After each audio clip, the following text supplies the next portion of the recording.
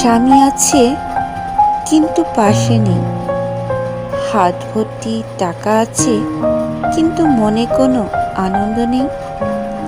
হাজারো স্বপ্ন আছে কিন্তু তা পূরণ করার মানুষটাই পাশে নেই। অপেক্ষা শুরু আছে, তার কোনো শেষ নেই। হ্যাঁ ঠিক, তেমনি ঈদ আছে কিন্তু ঈদের খুশিটাই নেই। হ্যাঁ, এটা হচ্ছে প্রবাসী। হাতের 5টা আঙ্গুল কি আর এক হয়? সব মানুষের মধ্যে খারাপ ভালো আছে।